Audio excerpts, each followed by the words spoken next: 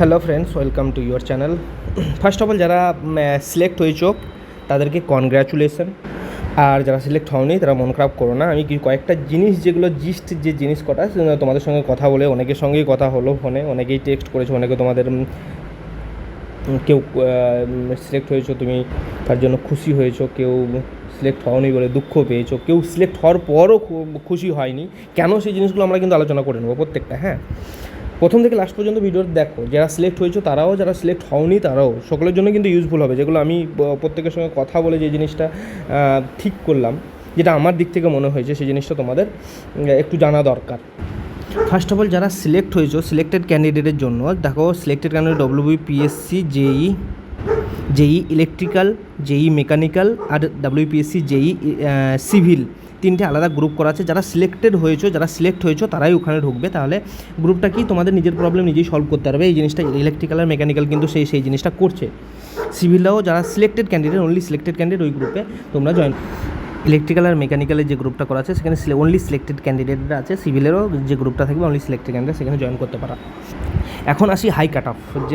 কাট off যেটা হয়েছে, সত্যি পিএসসির তরফ থেকে যে কাট অফটা হয়েছে সেটা কিন্তু অ্যাকসেপ্টেবল নয়। এটা কেউই এক্সপেক্ট করতে পারে না। যেরকম দেখো, একটা টেকনিক্যাল ব্যাকগ্রাউন্ডে 70% উপর কাট অফ, যেটা খুবই বেদনাদায়ক স্টেটের তার উপরে। কারণ আগের বছর যদি কাট অফ দেখো, 85 এরকম জেনারেলে ছিল, যে যদিও অ্যান্সার কি 15-20 মিনিট তো ভুল ছিল, সেটা বলেছিলাম, তোমাদের আলোচনা করেছিলাম। সেটা 100ই ধরলাম। 100 থেকে 140, মানে 40 গ্যাপ করা, মানে 40 বা 45 মার্কস বা 50 মার্কসের মতো যে গ্যাপ যদি আমি ধরি, যে ভুল রং কোশ্চেনের জন্য যদি আরও 10 নম্বর বেশি হলো, তো 95ও যদি হয়, তবুও যদি আমরা দেখি 50-এর কাছাকাছি মার্কস বেশি হয়েছে জেনারেলে, যেটা একদমই অ্যাকসেপ্টেবল নয়। তো প্রবলেম যেটা হচ্ছে, একটা হাই কাট অফ, আর 2 নম্বর হচ্ছে যে মার্কস। কিছু স্টুডেন্টের মানে রিভাইজড অ্যান্সারকের পরেও মার্কস দেখা যাচ্ছে যে কাট অফের থেকে তার যে ক্যাটাগরি আছে, জেনারেলি হোক বা তার যে ক্যাটাগরি আছে, সেই ক্যাটাগরির মার্কসের কাট অফের থেকে বেশি হওয়া সত্ত্বেও কিন্তু লিস্টে নাম আসেনি। সেম প্রবলেমটা কিন্তু WBCS-এর ক্ষেত্রেও কিন্তু দেখা গেছে। সেম জিনিস এখানেও সেম জিনিসটা দেখা যাচ্ছে। যে এটা আমি তোমাদের সঙ্গে কথা বলে যেগুলো অনেকেই বললো, যে জিনিসটা এটা বোঝা গেল যে সেম জিনিস কিন্তু আবার PSC জেইর ক্ষেত্রেও হয়েছে। এখন বলি যে কাট অফ ঠিক আছে, যে বললাম কাট অফ ঠিক আছে, কাট অফ হাই গেছে, কারণ স্টুডেন্ট 5 বছর, এই যে 4-5 বছর আছে, 5 বছরে সবাই পড়াশোনা করে, ভালো পড়াশোনা করে, প্রচুর পড়াশোনা করেছে বা মার্কস বেশি পেয়েছে সবাই।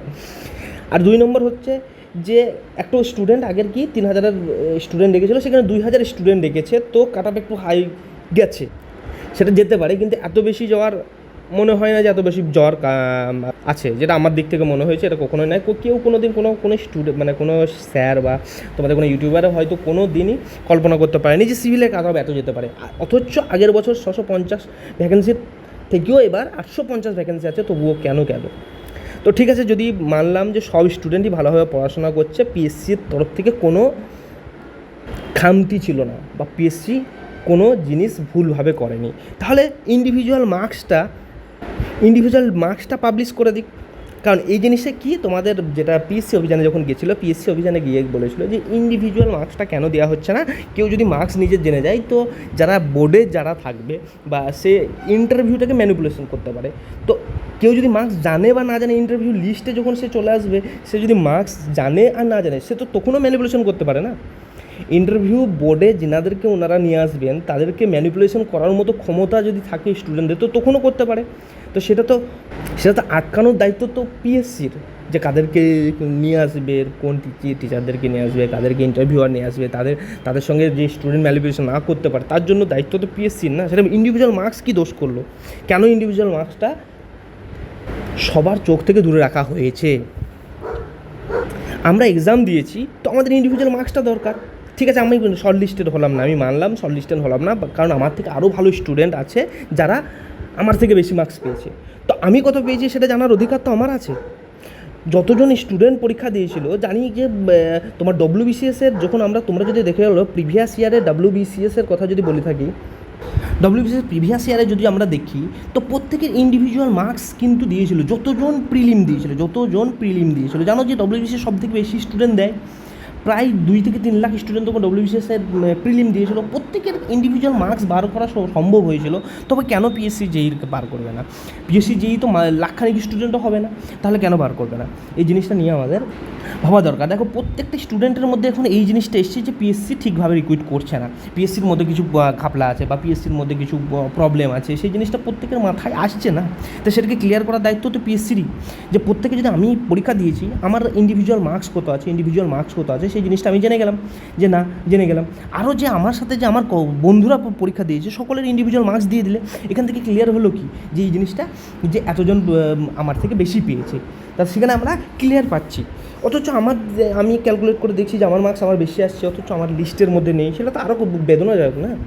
তারপরেও যদি এত কাট অফ হওয়ার পরও যদি সেই জিনিসটাকে ক্লিয়ার না করে আমি কত পেয়েছি, আমার বন্ধুরা কত পেয়েছে, সেই জিনিসটা না জানা, সেটা তো অবশ্যই দুঃখজনক। তো এটা পিএসসির উপর ভরসা, একটা হচ্ছে যে প্রত্যেকের উপর আমরা একটু বেশি পিএসসির উপর ভরসা করেছি যে পিএসসি ঠিকভাবে রিক্রুট করে, ফ্রেশভাবে রিক্রুট করে, এই জিনিসটা সকলের মাথায় ঢুকেছিল এই জিনিসটা।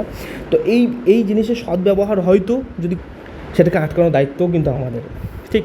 তো ইন্ডিভিজুয়াল মার্কস আমাদের ফার্স্ট অফ অল হচ্ছে ইন্ডিভিজুয়াল মার্কস যেটা আছে সবালের, সেটাকে ডিসক্লোজ করা দরকার, সেটা পিএসসির ডিসক্লোজ করা দরকার। এটা নিয়ে আমাদের প্রথমে ফাইট করা উচিত, আমার যেটা মনে হয়েছে। কারণ যদি তুমি দেখো, এটা বলে নয় যে যারা মার্কস বেশি পেয়েছে, ভাই, যারা শর্ট লিস্টেড হয়েছে তাদের জন্যও কথা বলছি, শর্ট লিস্টেড যারা জেনুইনলি শর্ট লিস্টেড হয়েছো। এবার কী হয়েছে যে যারা 150 প্লাস পাচ্ছিল তারা ভাবছিল যে সেফ আছো, সেখানে দেখছো 142 কাট অফ, তারা কী করে বলছো?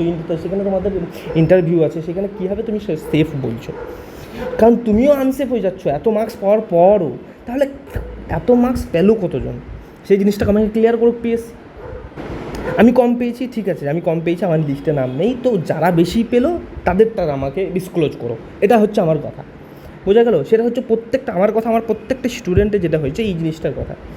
কনফিউশন তৈরি করেছে পিএসসি, সেই জিনিসটাকে আমাদের পিএসসির উপর ভরসা করে যে কনফিউশন সৃষ্টি হচ্ছে, সেই কনফিউশনটাকে ক্লিয়ার করে। তো অবশ্যই ইন্ডিভিজুয়াল মার্কসটাকে ডিসক্লোজ করা দরকার, সেটা নিয়ে আমাদের অবশ্যই স্টেপ নেওয়া দরকার। কারণ সেম জিনিস ডব্লিউবিসিএসের ক্ষেত্রে হয়েছে। ডব্লিউবিসিএসের গ্রুপেও অনেক ইউটিউবারকে যারা ডব্লিউবিসিএসে পড়ায় বা গাইড করে তাদেরকে দেখবে যে ডব্লিউবিসিএস অনেক স্টুডেন্ট কাট অফের থেকে 100 কাছাকাছি যে কাট অফটা হয়েছিল, অনেক স্টুডেন্ট বেশি 120-30 পাওয়ার পরও তাদের মার্কস আসেনি, এরকম অনেক কেস হয়েছে ডব্লিউবিসিএসের ক্ষেত্রে। সেম জিনিস পিএসসির ক্ষেত্রেও যেটা আমি দিক থেকে কয়েকজনের সাথে স্টুডেন্টের সঙ্গে কথা বলে দেখলাম আসছে না।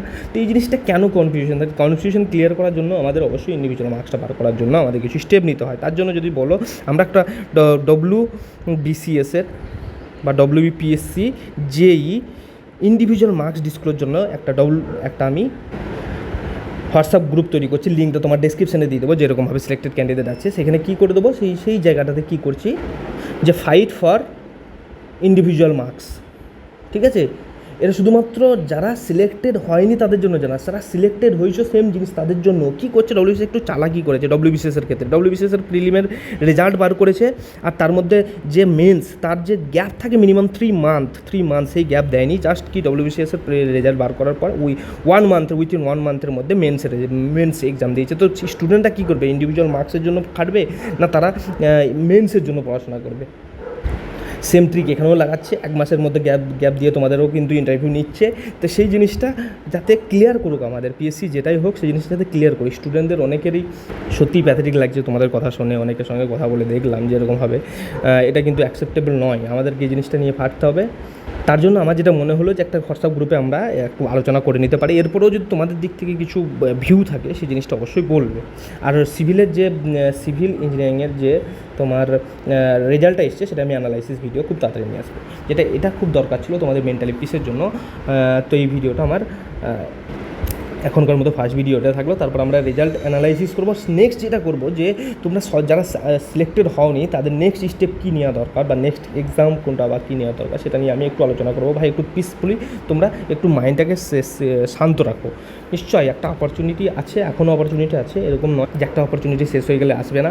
আর যেই হোক পিএসসির উপরে যাই তোমাদের রাগ আছে, পিএসসি ইন্ডিভিজুয়াল মার্কসটা যদি ক্লিয়ার করে দেয় সেই জিনিসটা আমাদের হয়তো ক্লিয়ার হবে। জিনিসটা আমাদের দিক থেকে অবশ্যই একটা তোমাদের এন থেকে একটা ক্যান্ডিডেট হিসেবে আমি এটাই বলতাম যে পিএসসিকে ইন্ডিভিজুয়াল মার্কসটা করে আমাদের।